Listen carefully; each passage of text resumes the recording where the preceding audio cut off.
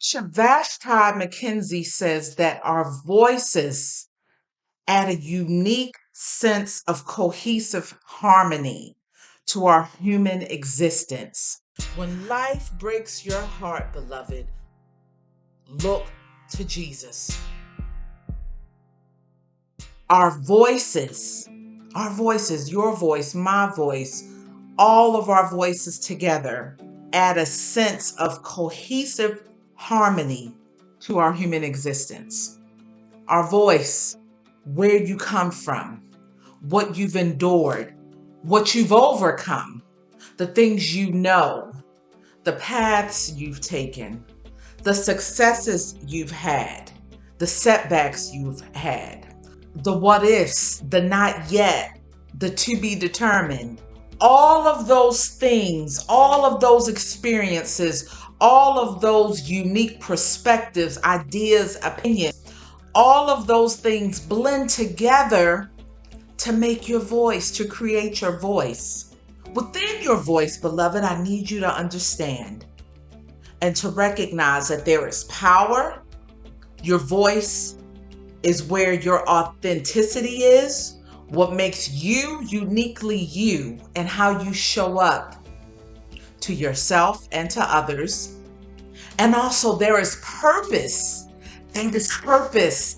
There is purpose. Not only potential, there is purpose. There is a unique assignment and calling that is tied to only you and your voice.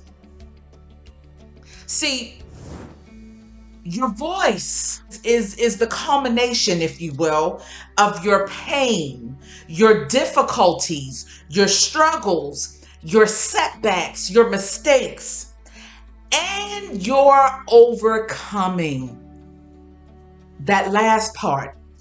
All of those things that were the detours I woulda, shoulda, coulda. Why did this happen? Why didn't that happen? All of those things combine to create your voice. But within that, the culmination of your voice is your overcoming. You're overcoming. You're rising. You're persisting. You're surviving all of those things. And you're overcoming all of those things as it relates to your purpose. And in that way, our voices add a unique sense of cohesive harmony to our human existence because there is only you. And because there is only one you, even if others have encountered similar circumstances, situations, setbacks, you are the only one with your unique DNA. And because you are only one you are created individually and with purpose. You're overcoming.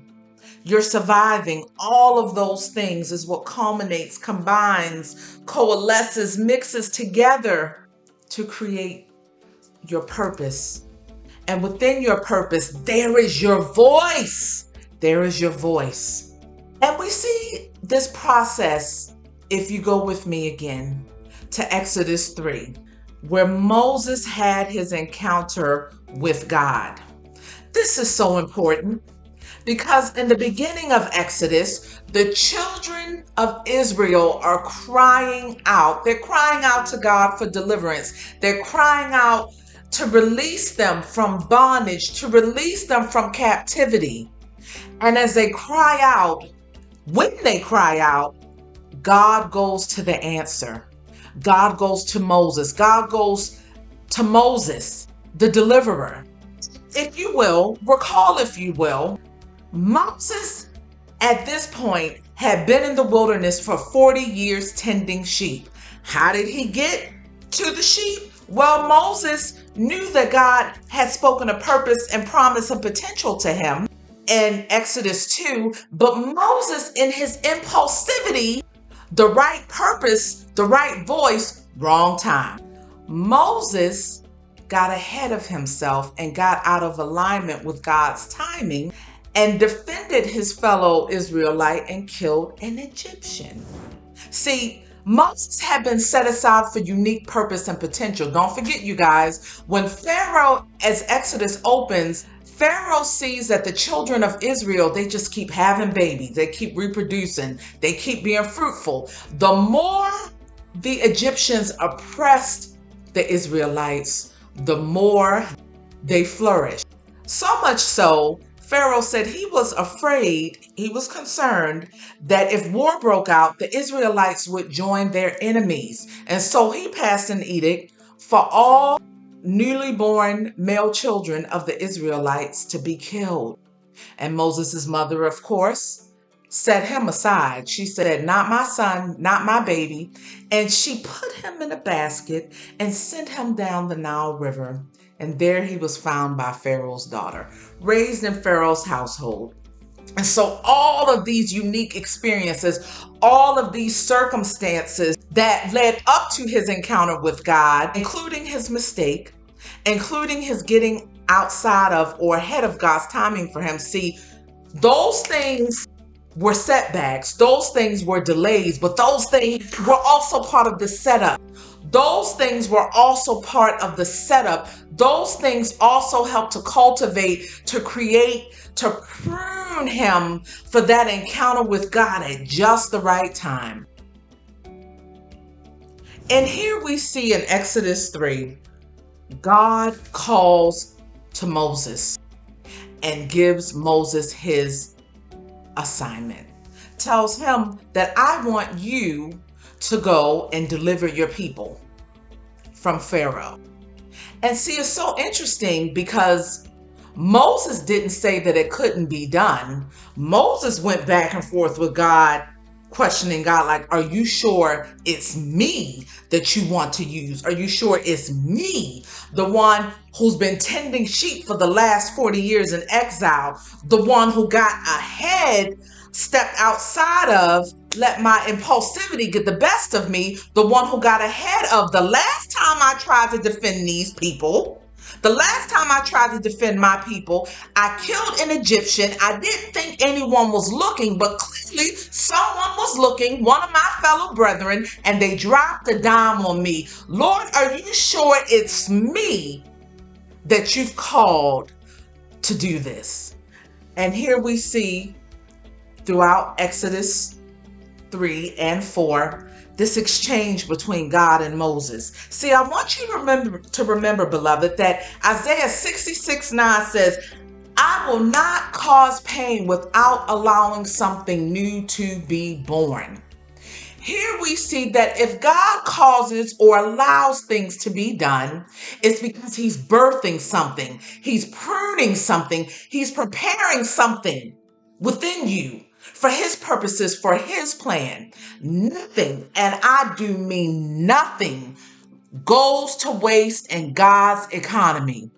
That mistreatment, that abuse, that rejection, that abandonment, that disappointment, that betrayal, that denial, all of those things God has seen, and he's not going to let it go to waste.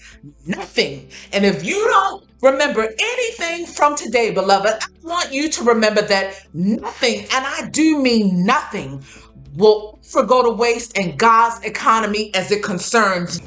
He saw then, he heard your tears, he was with you in your tears, and if you draw close to him and if you let him speak purpose, if you let him define and redefine your purpose, your setbacks, your disappointments, your betrayals, your traumas, your abuses, if you let him redefine those things within his kingdom purpose and his kingdom plan, he will allow something new to be born inside of you. Not only those things that others have done to you, those things that you have done to yourself. God says, I will not cause pain without allowing something new to be born.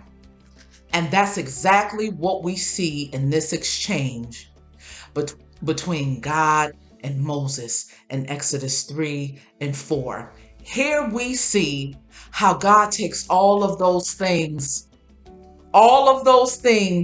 that Moses wasn't sure that God saw, all of those things, come on now somebody, all of those things. Moses was tending sheep for 40 years in the wilderness, and I'm sure he thought, as I'm sure some of you have thought, I have even thought myself, this is too late. I missed it. It's too late. I missed it. No, beloved, when You draw close to God and you stay in his presence. It's never too late. It's never too late for something new to be reborn in your life through your voice. And here we see in this exchange, God had to talk. God had to convince Moses into his self-sufficiency. See, all of those things that Moses had encountered, all of those years that Moses lost, I'm sure he was like, no, are you sure that's me? You want to go and help to set my people free. Me, are you sure, God? And if you read, we see God and Moses, God and Moses, God and Moses. Moses continues to focus on who he is. Come on now, somebody. And we see every time Moses does that, we see God remind him, God redirect him, God show him who he is. So it's not about who you are and who you are not. It's about who God is and who God says that you are. Who shall I say sent me? Because I know my people are going to have questions. God says, I am who I am. Hear that. Hear me well.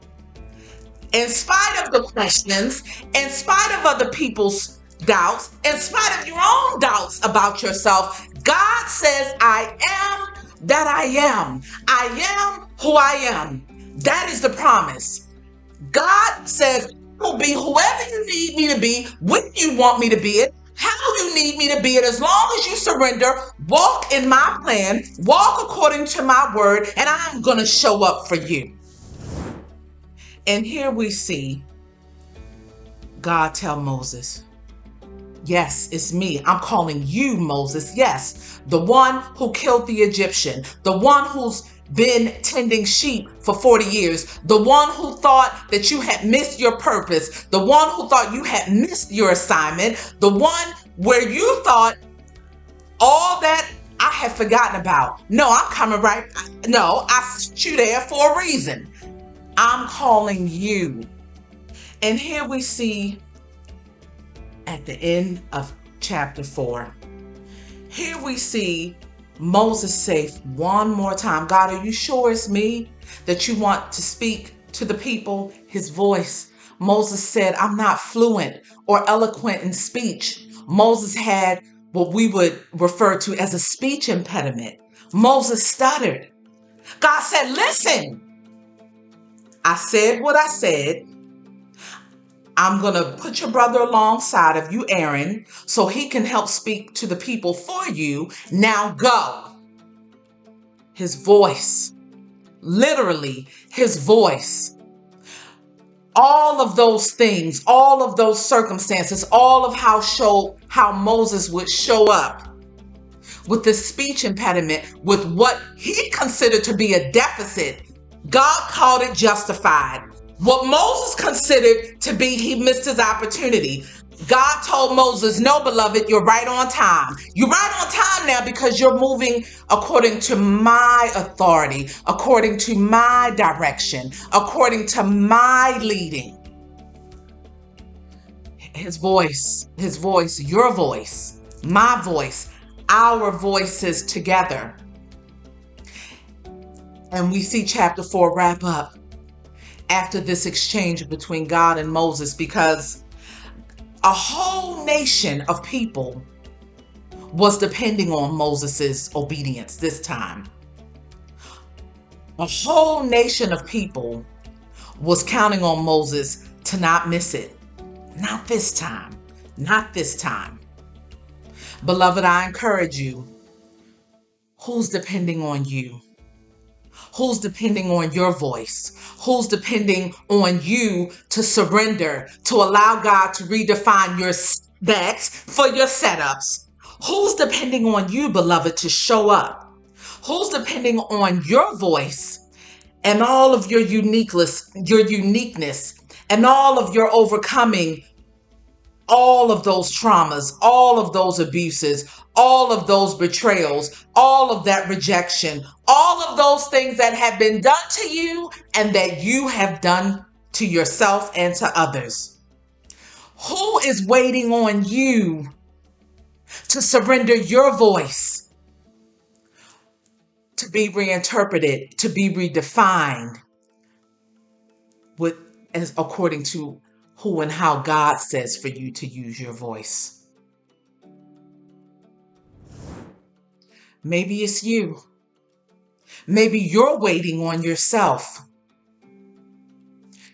And as you show up to yourself, God wants to use you and your overcoming and your unique voice to help set other people free in the process. God wants to position you perfectly imperfect in all of your difficulties and all of your failures and all of your missing the mark. God wants and is waiting on you and wants to position you to show up to be used fully for his glory, for your good.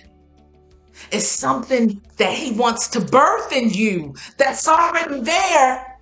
And as a result of all of those things in the past and even now, he wants you to surrender your voice to him and let him redefine your setbacks for your setup.